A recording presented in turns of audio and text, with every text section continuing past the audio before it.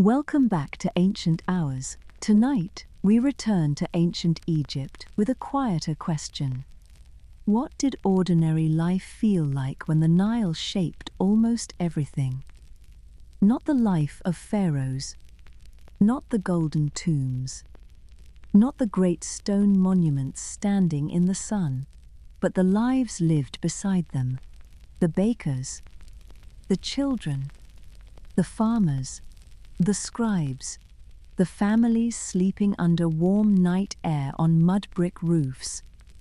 This is the side of ancient Egypt that is easy to miss. The side made of bread, river water, clay jars, oil lamps, cats, dust, heat, dreams, and small hopes carried quietly from one day into the next. If you are here to rest, relax, or simply let the day get quieter, I'm glad you found your way here. If this kind of slow history feels good to listen to, you are welcome to like the video, share it with someone who may enjoy it, and subscribe for another ancient hour. And before we begin, let me know in the comments which corner of ancient Egypt you would choose for one quiet evening. The Nile at sunset, a small mud-brick home glowing with oil lamps, or a silent temple courtyard under the stars. Now, let the room grow quiet. Let the noise of the day fall behind you, and let us begin. Before the sun climbed too high over the Nile, the day had already begun. Not with noise, not with drama, but with small sounds. The scrape of grain against stone, bare feet on a mud-brick floor, a quiet voice waking a child, water lifted from a jar, and somewhere outside, the tired cry of a donkey. This was how ordinary life in ancient Egypt began. Not in a palace, not beside a throne, but inside small homes of mud and straw along the riverbank, where families woke before the heat grew strong. Because in Egypt, the morning mattered. The cool air did not last long. Soon the sun would rise higher, the ground would warm, and even simple work would begin to feel heavy. So people rose early. They had to. A woman might sit near the doorway with a grinding stone, pressing grain back and forth until it became rough flour. The work was slow, it was tiring.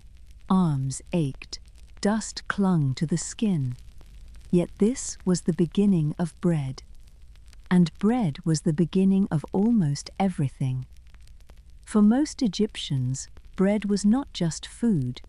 It was the center of the day. It was eaten in the morning, carried to work, shared with children, dipped into beer, given as payment. Fresh from the oven, it could make the morning feel softer. But bread had its own quiet cost.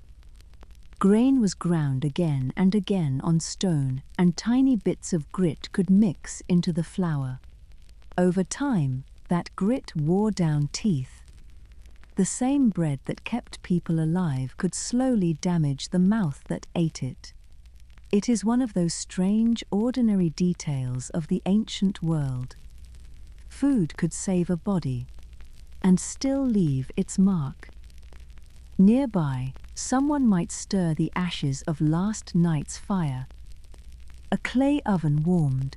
Smoke rose into the morning air. The smell of baking bread mixed with dust, sweat, animals, and river mud. This was the smell of a village waking. Not clean, not perfect, but alive. Outside, the Nile waited. It was not just scenery, it was water, food, travel, work, hope, fear. Every morning, people moved toward it. A child carried jars. A woman washed cloth. A man led animals to drink. Someone rinsed their face. Someone stood still for a moment, looking across the water, already thinking of the day ahead. The Nile shaped nearly everything. It shaped what people ate, where they lived, when they worked, how they traveled.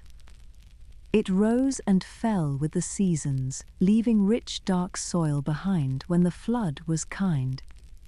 So the river was never only water. It was a promise. And like all promises, it could comfort people, or frighten them. In the morning, people washed. Hands were dirty, faces were dusty. The body needed water before the heat settled in.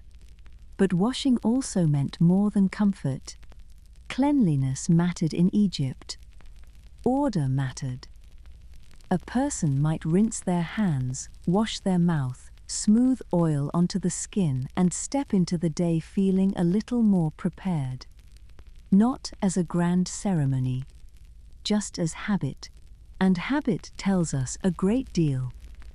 Inside the house, the first meal was simple. Bread, beer, maybe onions, maybe dates, maybe a little fish. The beer was thick and cloudy, closer to food than the clear drink most people think of now. It filled the stomach. It gave strength. And at times, it could be safer than plain water. So bread and beer were not luxuries. They were the quiet fuel of the day. Soon, the village grew louder. A child cried, a goat shifted, a dog searched for scraps, a cat slipped past a basket, pottery knocked against pottery, a door creaked open, sandals scraped through dust. People stepped into the morning one by one. A farmer went toward the fields. A woman carried water. A child ran an errand. A craftsman opened his workspace. A temple worker began small, quiet tasks before the day became too hot. Some mornings must have felt almost the same as the one before. Others carried small changes. A visitor arriving by boat. A tool breaking. A child learning a new chore. A family preparing for a journey. Life moved forward in these quiet ways. Not always through great events. Often through repeated tasks. Through bread made again. Water carried again. Animals fed again.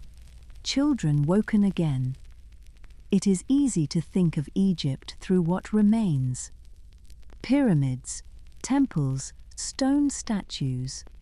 But most life did not happen there.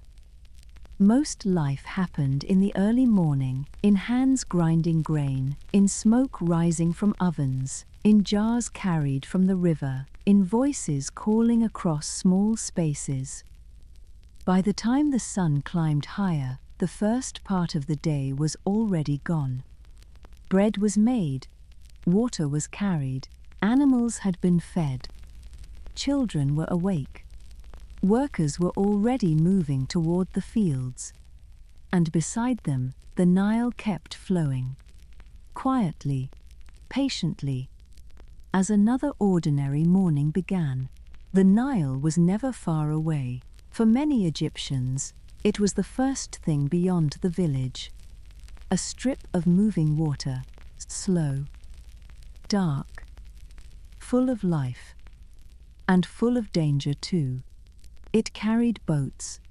It fed the fields. It gave water to people, animals, and crops. Without it, Egypt would have been much harder to live in. The land beside the river could be green and rich. But beyond that green land, there was a desert. Dry ground, hot wind, stone, sand, a place where life became harder. So the Nile was not just a river. It was the line between hunger and food, between dry land and growing fields, between a village surviving and a village waiting in fear. Every year, the river changed the land. The water rose. It spread across the fields, and when it pulled back again, it left dark, rich mud. That mud was one of Egypt's greatest gifts. It made the soil ready for crops. It helped the grain grow. It helped feed families. For farmers, the flood could decide almost everything. If the river rose well, there could be enough grain, enough bread, enough beer, enough to store for later, enough to make the year feel safe. But if the river was too low, the fields could suffer. If it were too high, it could damage homes, paths, and stores. So the Nile gave life, but it also made people wait. They watched it. They measured it. They hoped for it. They feared it. And in quiet ways, they built their lives around it. A farmer did not need a palace to tell him the river mattered. He could see it in the soil. He could feel it under his feet. He could know it by the color of the field after the water had gone. The river told people when to plant, when to wait, when to repair canals, when to work the land. Canals needed clearing. Tools needed for mending. Animals needed care. Storehouses needed filling. Fields need to be prepared. The Nile shaped the rhythm of the year, but it also shaped the rhythm of the day. In the morning, people went there for water. During the day, boats moved across it. In the evening, animals were led toward it to drink. Children grew up knowing its edges. They learned where the mud was soft, where the bank was safe, where the reeds grew thick, and where not to step too close. Because the Nile was not gentle in every way, it could be beautiful, but it was never harmless. There were crocodiles in the water. There were hippos, heavy and strong, dangerous when disturbed. There were snakes near the reeds and the damp ground. There were insects. There was mud that could pull at the feet. There were currents that could carry a careless person away. So the river was respected. People used it every day. But they did not treat it like something small. A child sent to fetch water was doing more than a simple chore. That child was walking toward the thing that fed the whole country. A woman washing clothes at the bank was part of the same rhythm. A man pushing a boat away from the mud was part of it too. Everyone took something from the river, and everyone gave labor back to it. The Nile was also Egypt's road. Before roads were easy and fast, the river carried people from place to place. Boats moved grain, wood, stone, linen, pottery, fish, animals, messages, and people. The river flowed north, toward the sea. The wind often helped boats travel south. So the Nile made movement easier than crossing long stretches of hot land. Along the riverbank, the day was full of small scenes. Women filling jars. Children step carefully near the mud. Fishermen checking nets. Men cutting reeds. Animals are lowering their heads to drink. Birds moving through the water plants. Boats are knocking softly against the bank. Voices passing across the water. Wet feet, heavy jars. Fish scales, boat ropes. Mud on the legs, sun on the back. The smell of river water mixed with animals, plants, and warm earth. The Nile was also part of the belief. Not separate from daily life. Not only inside temples, but in the way people understood the world. A river that brought food could feel like a blessing. A flood that failed could feel like a warning. Every year, the land became green again. Every year, the water came and went. People learned to live inside that pattern. For ordinary Egyptians, the Nile was in almost everything. It was not only beside them, it was part of them. By evening, the river still flowed past the villages. The boats slowed. The animals were led away from the bank. The jars were carried home. The last light sat on the surface of the water, and the Nile kept going. Calm, dark, patient, holding the day inside it and carrying it away. By evening, the mud-brick walls still held the heat of the day. The sun had dropped lower. The light outside had softened.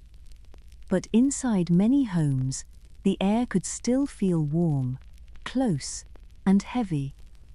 This was not a house made for comfort.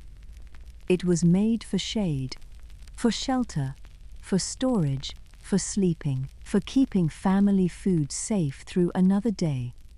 Most homes were made from mud brick. The bricks came from mud, straw, and sun. They were shaped by hand, left to dry, and stacked into walls. Over time, those walls became rooms where people cooked, slept, worked, argued, rested, and raised children. A mud brick house was simple, but simple did not mean empty. Inside, there might be jars for grain, baskets for storage, mats for sleeping, tools near the wall, cloth folded away, a grinding stone, a clay oven, a few small things that belonged to the family and mattered because there were not many. There were no wide halls, no soft beds, no large private rooms. Life happened close together.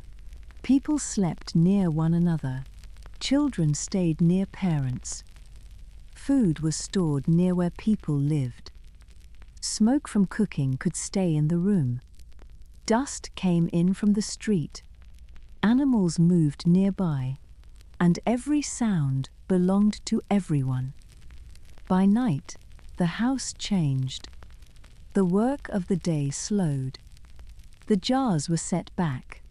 The last food was eaten. A child might fall asleep before adults were ready to rest. A mother might still move quietly, putting something away, checking the fire, or saving water for morning. The darkness did not make the house silent. It only changed the kind of noise inside it. There might be the soft movement of people settling down, the small scrape of pottery, the sound of a dog outside the doorway, the shift of goats or donkeys nearby, the buzzing of insects, the faint crackle of a fire, and somewhere in the room, the thin glow of an oil lamp. Oil lamps were small. They did not fill a room with bright light. They made a low, gentle flame, enough to see a hand, enough to see a face, enough to move through the house without knocking into a jar. The light trembled on the mud walls, making the room feel alive in a slow, quiet way. But light had a cost. Oil had to be used carefully. Fuel was saved. And when people had little, even a small flame could not be wasted for long. So darkness was normal. It was part of the house, part of the evening, part of sleep. In hotter months, many people may have slept on the roof. The roof was not just a roof. It could be another living space, a place to work, a place to dry things, a place to store things. And when rooms below were too hot, smoky or crowded, it could become the best place to sleep. Night air was cooler above. A person could lie on a mat under the open sky. The village sounds would still be there, but the air might move more easily. the smoke might feel farther away. After a long day in the sun, that coolness could matter. Inside the house, stored grain was one of the most important things. It was food. It was security. It was the future sitting quietly in jars and baskets. But stored grain also brought trouble. Mice could come for it. Insects could come for it. Snakes could come after mice. So the home was never completely separate from the animal world outside. It shared space with it. A cat moving through the house was not just a pretty animal. It could be useful. It could guard the grain quietly. It could hunt mice. It could notice movement in corners people missed. And in a home where food had to be protected, that mattered. Children grew up around all of this. They learned the sounds of the house at night, the creak of a jar being moved, the buzz near the lamp, the animal noises outside, the warning in an adult voice. They learned where food was kept, where tools were placed, where not to step in the dark, and how to sleep when the house was warm, smoky, crowded, and full of small sounds. There was family life here, not the kind shown on temple walls, not grand, not perfectly arranged, but real. Someone sharing bread, someone saving the better piece for a child, someone tired from the fields, someone coughing from smoke, someone checking the doorway before sleep, someone lying awake, listening to the village settle. By late night, the house became softer. The lamp might go out quietly. The last voices might fade. The animals would quiet down. The roof, floor, and doorway would hold sleeping bodies in the dark. And inside the small mudbrick home, with heat, smoke, grain, insects, animals, and tired people, another ordinary Egyptian night passed slowly toward morning. By evening, the body carried the whole day with it: dust on the skin, heat in the hair, smoke in the clothes, a little ache in the back, the hands, or the feet. So for many Egyptians, care for the body was not only about beauty. It was also about comfort, about cleanliness, about protection, and about being ready for whatever the next day might bring. Cleanliness mattered deeply in Egypt. People washed their hands and faces. They rinsed their mouths. They used oils on dry skin. They wore clean linen when they could. For ordinary people, this was not always easy. Water had to be carried. Oil had to be made or bought. Cloth had to be washed, dried, folded, and kept away from dust.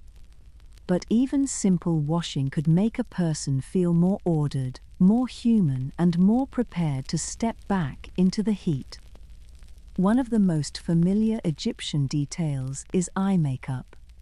The dark line around the eye, the long shape, the calm painted look seen on statues and wall paintings. But this was not only for looking beautiful. Men wore it. Women wore it. Children could wear it too. The makeup helped with glare from the sun. It may have helped keep flies away. And it was tied to protection because the eye itself carried meaning in Egyptian belief. So a painted eye could be beauty. It could be care. It could be a small guard against the world. Hair was another place where beauty and practicality met. Some Egyptians shaved their heads. Some wore wigs. Some did both. This could show style or status, but it also helped with heat and lice. A shaved head was easier to keep clean. A wig could be worn when someone wanted to look dressed and prepared. It could be taken off again when the heat became too much. A wig was not just decoration. It was fashion, comfort, cleanliness, and pest control, all at once. The body was cared for because the body was fragile. A cut could become infected. A tooth could ache for years. A fever could arrive suddenly. A scorpion or snake could turn an ordinary day into fear. Childbirth could be dangerous. So Egyptians used what they had: honey on wounds, oils on skin, bandages, herbs, clean water. And beside these practical things, they also used charms, prayers, and spoken words. Medicine and magic did not live far apart. They sat beside each other. A person might want a remedy for pain, but they might also want protection from something unseen. That is why amulets mattered. A small charm could be tied around the neck, placed near a child, kept close to the body, buried with the dead. Some amulets were shaped like eyes, some like beetles, some like animals, some like signs of life and safety. They were small objects, but small objects can feel powerful when sickness, bad luck, and death are never far away. Inside the home, protection was also practical. Grain had to be kept safe. Food had to be guarded. Children had to be watched. Doors, corners, baskets, and sleeping mats belonged to a world where small dangers could hide. This is one reason cats became important. They were not only pets. They were hunters. They protected grain from mice. They helped keep snakes away. They moved quietly through parts of the house people could not always see. A cat near the storage jars was useful. A cat near the sleeping mats was welcome, and slowly, that usefulness became something deeper. Cats could seem calm, watchful, almost sacred. Not because every moment of daily life was full of ceremony, but because people learned to honor the things that protect them. Sleep also had meaning. It was not always simple rest. Dreams could matter. A dream might feel like a message, a warning, a sign, a small opening into the hidden side of the world. Some Egyptians believed dreams could come from the gods or show something good or bad waiting ahead. A person could wake in the morning and remember a dream with care. They might tell it to someone. They might hold it quietly in the mind. Night was not empty. It had its own kind of life. And that belief made sleep feel close to death. To many Egyptians, death was not only an ending, it was a crossing into another life. The dead still needed food, drink, protection, a name, a memory, a place to continue. Kings had the grandest tombs, but ordinary people also wanted safety beyond death. They wanted to be remembered. They wanted someone to speak their name. They wanted the world after death to feel less lonely. By late night, the house would grow quiet. The lamp would fade. The cat might move near the wall. A charm might rest against the skin. And somewhere in the dark, between sleep, dream, and belief, another Egyptian family waited for morning. By the time night settled over the river, ancient Egypt had become quiet again. Not silent, never completely silent, but softer. The boats no longer moved as busily across the water. The fields were dark. The mudbrick houses held the last warmth of the day, and in small rooms and on flat rooftops, ordinary people rested after another long day beside the Nile. The river was still moving. It had moved in the morning, when people carried jars and washed their hands and faces. It had moved through the heat of the day, while farmers worked, fishermen checked their nets, and boats carried goods from place to place. It had moved in the evening, when animals were led to drink, lamps began to glow, and children grew sleepy in the warm air. And now, in the dark, it moved on without hurry. That was one of the quiet truths of Egyptian life. People woke, worked, ate, washed, worried, prayed, slept, and the Nile kept going. Most ordinary people did not leave grand monuments behind, no golden masks, no giant statues, no long stories written for the world to remember. They left smaller traces: a worn tooth from rough bread, a broken jar, a piece of linen, a grinding stone smoothed by years of hands, a wall built from mud and straw, a charm worn close to the body, a name spoken once by someone who loved them, then slowly lost to time. But their lives were real. A mother waking before the heat, a child carrying water, a woman kneeling beside grain, a cat moving quietly near the storage jars, a family lying under the night air, listening to insects, animals, and the low sounds of the village around them. These were not small lives because they were ordinary. They were ordinary because most human life has always been made this way. Bread, water, work, sleep, a little fear, a little hope, a little comfort when the day allowed it. Ancient Egypt can seem distant when it is seen only through stone. The pyramids can make the people feel far away. The tombs can make everything feel still. But daily life was not still. It was dusty, warm, crowded, smoky, useful, alive. It smelled of bread ovens, river mud, animals, oil, sweat, beer, and sun-dried walls. It sounded like grinding stones, pottery, sandals in dust, children calling, goats shifting, water being poured, and boats touching the bank. And for the people living through it, it was simply life. So now, as this ancient hour begins to come to an end, we can leave the river where we found it. Still moving, still dark, still carrying the last quiet pieces of the day away from the village.